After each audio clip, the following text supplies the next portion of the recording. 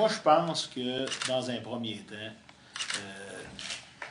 c'est une réaction normale qui arrive présentement.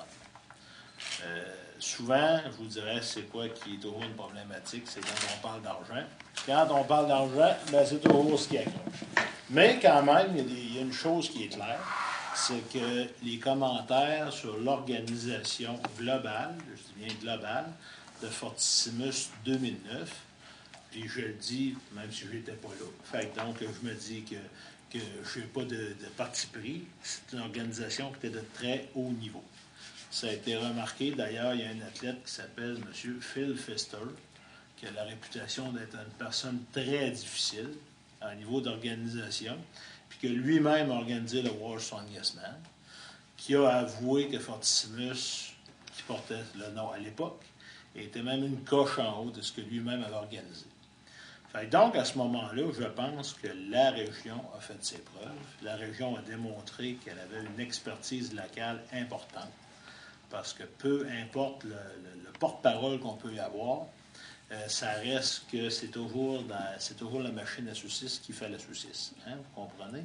On a beau avoir la plus belle personne pour nous présenter de la saucisse, ça reste que si elle goûte pas bonne, la saucisse, ça ne fera pas.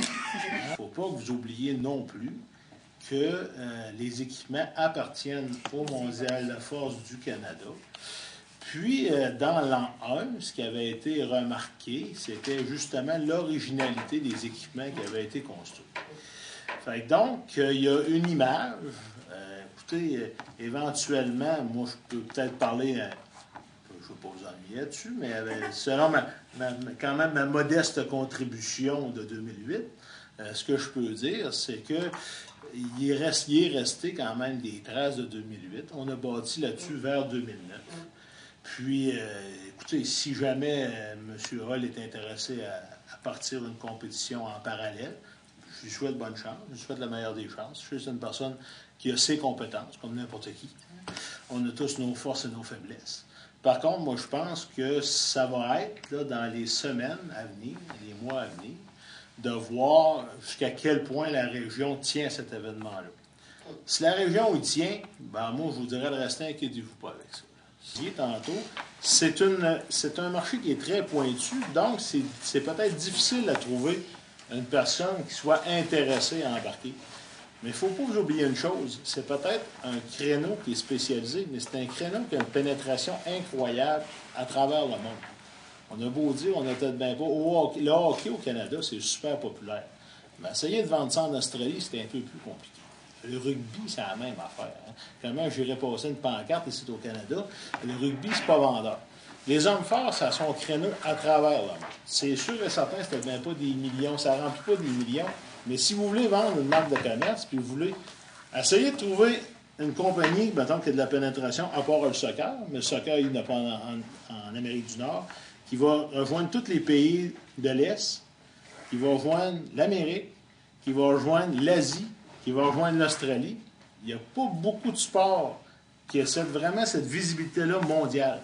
Donc, oui, il n'y a peut-être pas des millions de téléspectateurs, des millions de spectateurs, mais comment le monde qui écoute ça? Le téléspectateur. Ça, une émission de Fortissimus de v'là 2 ans. Le monde va l'écouter pareil. Là. Allez-vous écouter la série mondiale de v'là 2 ans? Ça va être compliqué. Là. Vous savez le score, vous savez comment ça finit, vous savez que... C'est pour ça que ça a une portée qui est à long terme. Moi, je trouve, honnêtement, c'est un beau créneau. Si la région, puis là, on ne parle pas de fonds publics. Là, je vous parle là, des entreprises de la région.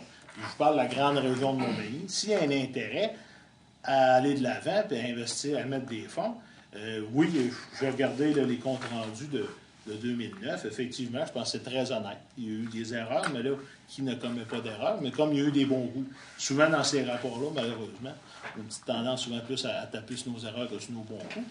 Mais il y a eu des bons coups qui ont été faits. Puis moi, je pense qu'avec des fonds qui viendraient du privé, moi, je ne suis pas inquiet du tout pour l'avenir.